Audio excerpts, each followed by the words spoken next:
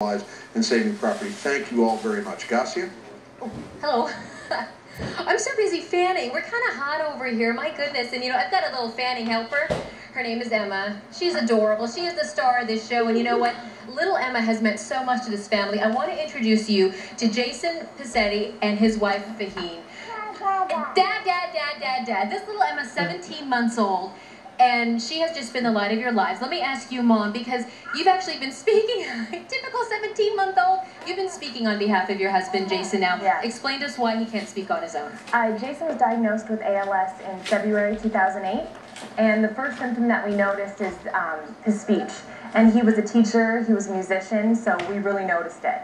And ever since then, really, his speech has been practically inaudible at this point. So, and you said February of 2008. That's about a year and a half ago. Yes, a year and a half ago, he was walking and talking and playing the piano just like everyone else. So it's been a fairly fast progression. You can see how Emma loves her dad. She can say dad and mama. Can you say dad? Say dad. Who do you love?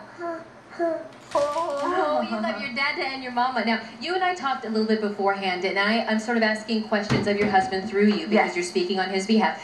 Tell us what the support of MDA has meant for you and your family. Well, when Jason was diagnosed, we went to the ALS clinic, and our doctor is Dr. Lomenhurth, and we met her and her team, and it was wonderful. But the one person that sticks out in our mind is Jessica Alper, and she was our MDA rep.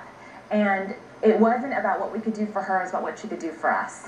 She asked us, what do we need? And we said, we need a wheelchair, and this is it. And it appeared in our door in about a week, and it's been everything to us. It's given us mobility, the ability to just live a fairly normal life. So they also have a lending library, and anything we need, we can just sign up for it. It appears at our doorstep as well.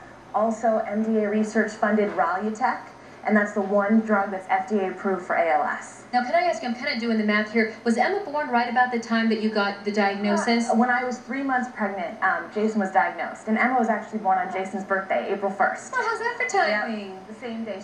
She waited 10 days to come. I can't even imagine. I mean, from the highest of highs of getting a little baby girl to somewhat the lowest of lows of hearing this news about your husband.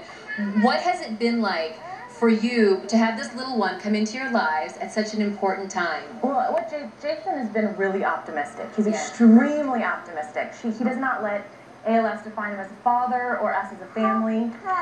And she has really been our hope through all of this. And you want him to watch you graduate kindergarten. You want him to watch you graduate high school, get married, throw too expensive of a wedding, all that stuff that girls need to do. Of course. And you know what's interesting? I've been reading about your family and reading about you, and your outlook in the face of this disease, and maybe you can talk to me a little bit about this. It is not depressing. It is not why me. It is not if I had only, why didn't we only. It is inspiring. It is. Jason actually started a blog after he retired from teaching. And his blog really is not, and it's about ALS and our struggles, of course, but it really is about, if you have a challenge, just face it head on and live and use humor to do that. He's really funny.